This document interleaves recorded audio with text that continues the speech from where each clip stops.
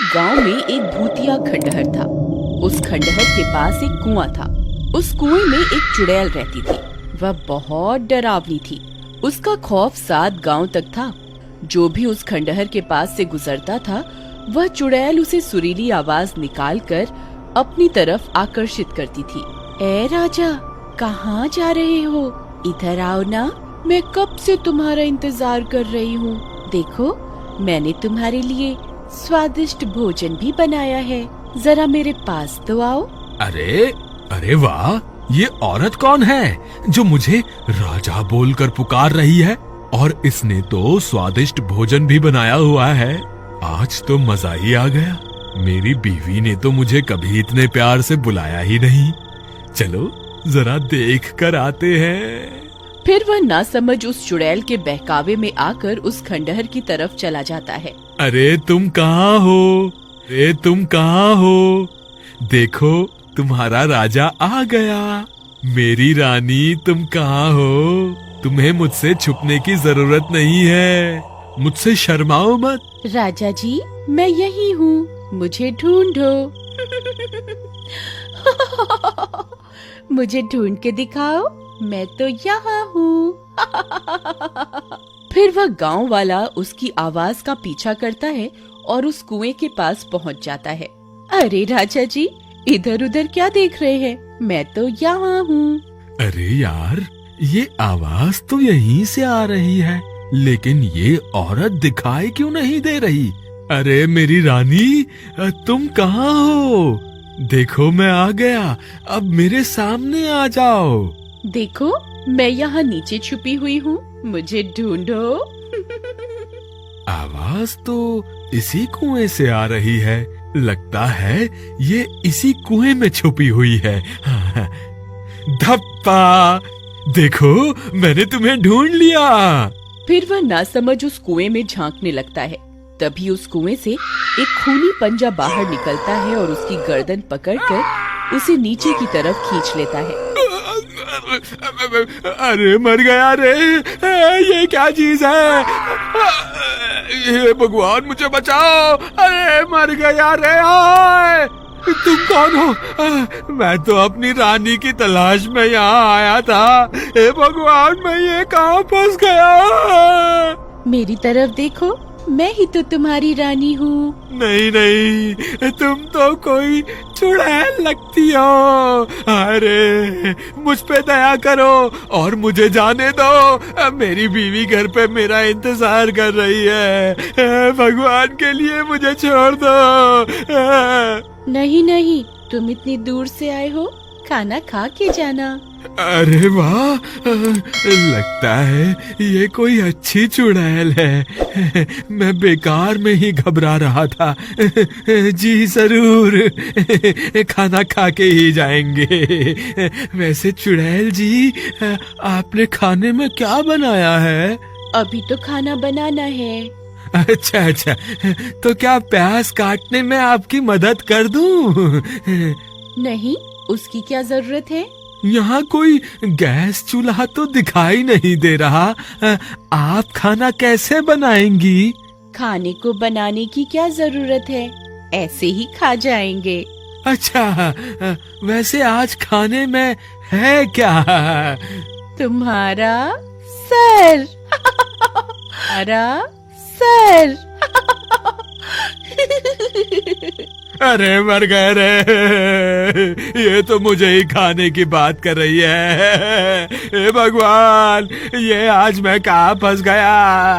आज रात के खाने में मैं तुझे ही खाऊंगी। इतना बोलकर वह चुड़ैल कुएं में बनी गुफा के अंदर चली जाती है। फिर रात होने पर, देवर जी, इतनी रात हो गई, ये अभी तक घर नहीं आए। मुझे तो इनकी बहुत फिक्र हो रही है। भाभी, आप घबराइए मत, मैं अभी जाकर भैया को ढूंढ कर लाता हूँ। फिर महेश अपने भैया की तलाश में इधर उधर भटकने लगता है। रामू भैया, आप कहाँ हैं? रामू भैया, रामू भैया, क्या आप मुझे सुन पा रहे हैं? यहाँ तो रामू भैया का कोई नामो निशान नहीं है। अब उन्हें कहाँ ढूंढूं? फिर उसकी नजर उस कुएं के पास पड़े गमछे की ओर जाती है। अरे, ये तो भैया का लगता है। कहीं भैया इस कुएं में तो नहीं गिर गए? अरे मर गए रे! ये तो वही भूतिया कुआं है। जिसके बारे में लोग बातें किया करते हैं। हे भगवान, अब क्या होगा रामू भैया का? फिर वह जोर जोर से अपने भैया को पुकारता है। रामू भैया, आप कहाँ हैं? क्या आप मुझे सुन पा रहे हैं? अरे ये तो मेरे छोटे भाई की आवाज है। लगता है वो मेरी तलाश में यहाँ आया है। अरे वाह, ये तो मजा ही आ गया। ये शिकार तो खुद ही यहाँ चल कर आ गया। चुड़ैल फिर से अपनी सुरीली आवाज निकालती है। आओ राजा जी, मैं कब से आपका इंतजार कर रही थी। जल्दी आइए, मैंने भोजन भी बनाया हुआ है। अगर देर हो गई तो भोजन ठंडा हो जाएगा। अरे ये मधुर आवाज किसकी है? ये मुझे राजा क्यों बुला रही है? तुम कौन हो? राजा जी, मैं आपकी रानी हूँ। मैं कब से आपका इंतजार कर रही हूँ। मैं यहाँ इस कुएं में हूँ। अरे नहीं महेश, ये कोई रानी वानी नहीं है। तुम इसके झांसे में मत आना। ये एक चुड़ैल है। अगर तुम इस कुएं के पास आए तो ये तुम्हें अंदर खींच लेगी। तुम इस कुएं में झांक के मत देखना। अरे ये तो रामू भैया की आवाज है। मर गए रे। रामू भैया तो चुड़ैल के शिकंजे में है। अब मैं क्या करूं? तेरी इतनी हिम्मत! तेरी वजह से मेरा शिकार मेरे हाथ से निकल गया। अब तुझे नहीं छोड़ूंगी। हे चुड़ैल जी, मुझे माफ कर दो।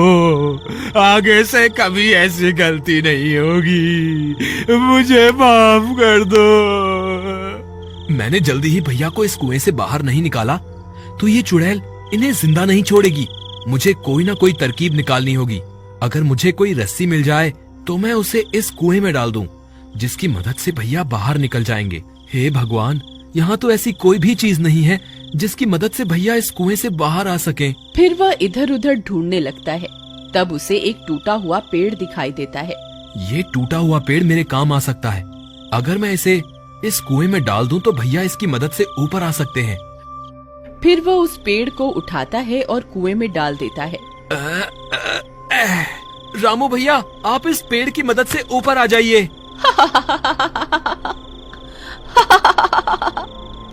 तेरे नासमझ भाई को क्या लगता है मैं तुम्हें इस पेड़ पर चढ़कर इस कुएं से बाहर जाने दूंगी? कितना नासमझ है तुम्हारा भाई। कोई फायदा नहीं है महेश। ये चुड़ैल मुझे इस कुएं से बाहर नहीं आने देगी। तुम अपनी जान बचाओ, नहीं तो ये तुम्हें भी इस कुएं में खींच लेगी।